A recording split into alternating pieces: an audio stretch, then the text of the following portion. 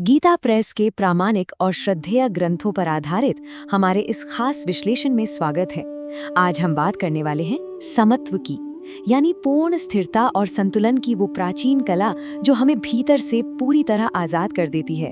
तो चलिए इस गहरे और दिलचस्प विषय में एक साथ उतरते हैं। भाग 1 आधुनिक आंतरिक युद्ध भूमि। आजकल की भागदौड़ भरी जिंदगी में हमारी धड़कनें अक्सर बहुत भारी और तेज महसूस होती हैं, है ना? ऐसा लगता है जैसे उम्मीदों के भारी बोझ तले एक टिक टिक करती घड़ी के साथ हमारा मन लगातार कांप रहा हो।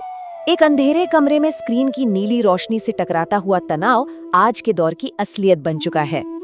तो यहाँ एक बहुत बड़ा सवाल उठता है, जब हमारा मन पूरी तरह से इस डर में डूब जाता है कि परिणाम क्या होगा, तो आखिर होता क्या है?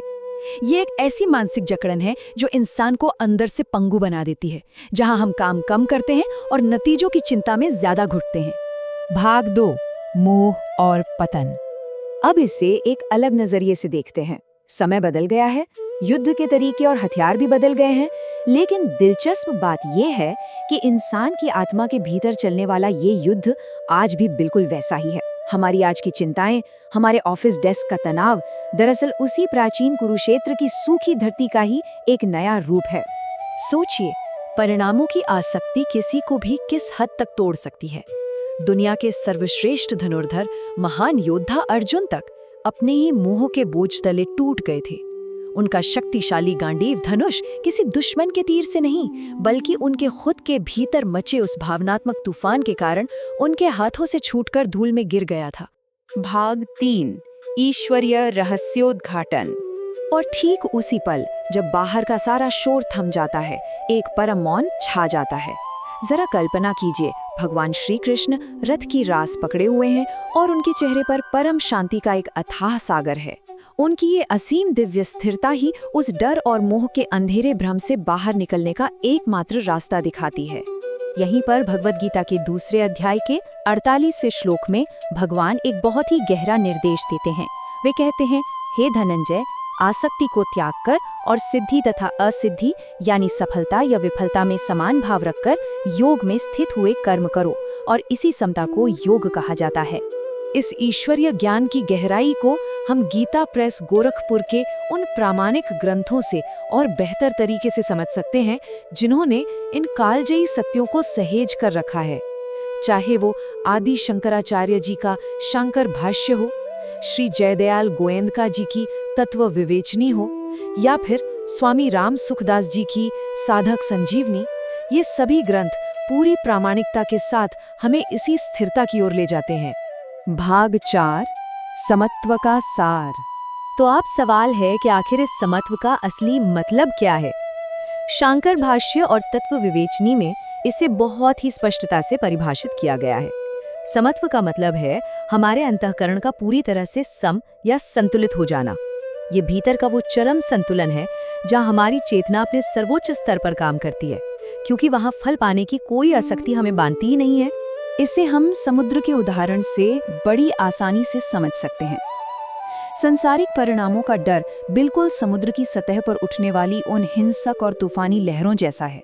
लेकिन जब हमारा मन इन तूफानों के नीचे गहराई में गोता लगाता है, तो वहां एक अजीब सी पूर्ण शांति और नीली गहराई की असीम स्थिरता मिलती है। सच कहें तो यही सच्चा योग है। भाग 5 स्थिरता का विज्ञान। अगर हम इसे आज के विज्ञान के नजरिए से देखें, तो जिसे हम फाइट और फ्लाइट या लड़ो या भागो की प्रतिक्रिया कहते हैं, वो असल में घबराहट का एक धधकता हुआ लाल तूफान है। इसके ठीक उलट समत्व एक खिलते हुए कमल के शांत ठंडे नीले प्रकाश की तरह है। शांत मन कोई कमजोरी नहीं है, बल्कि यह उस जैविक घबराहट को शांत करके भीतर के तूफान को जीतने वाली हमारी सबसे बड़ी ताकत है। चलिए इसे एक एकदम आधुनिक संकट से समझते हैं।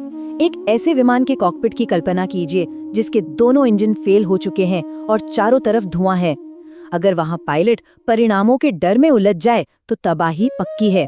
लेकिन जब वो नतीजों की चिंता छोड़कर पूरी तरह से सिर्फ अपने कर्म यानी विमान को उबाड़ने पर ध्यान लगाता है, तो इतने भयानक संकट के बीच भी उसकी आंखों में एक दर्पण जैसी असीम शांति और स्थिरता आ जाती है। भाग 6 समर्पण का मार्ग। अब सबसे अहम बात आती है कि इस गहरे ज्ञान को जीवन में कैसे उतारा जाए।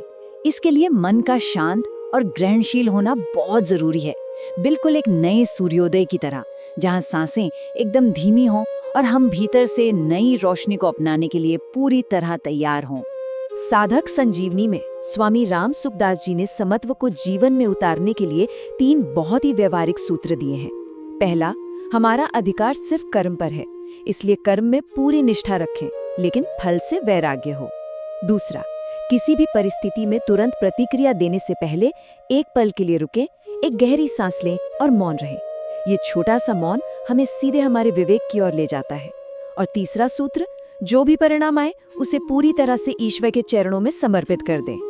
जरा सोचिए, जब ये तीनों सूत्र जीवन में उतर जाते हैं तो क्या होता है? आधुनिक जीवन का वो सारा आंतरिक द्वंद्व, वो सारी उथल-पुथल खत्म हो जाती है। शुरुआत में हमने जो कांपता हुआ हाथ देखा था, वो परिणामों के डर से पूरी तरह मुक्त होकर अब एकदम स्थिर, शांत और अपनी वास्तविक शक्ति में स्थापित हो जाता है। तो आइए पूर्ण मौन और स्थिरता के साथ इस अंतिम सत्य पर एक बार गहराई से विचार करें। समत्वम योग उच्यते, यानी समता ही वास्तविक योग है। अगर परिणामों से जुड़ी हमारी आसक्ति ही हमारी सारी मानसिक परेशानियों की जड़ है, तो क्या इस शाश्वत समता को अपने जीवन में अपनाए बिना कोई भी सच्ची और स्थायी स्वतंत्रता कभी मुमकिन हो सकती है? ये एक ऐसा सवाल है जिसका जवाब हम सभी को अपने भीतर खोजना है।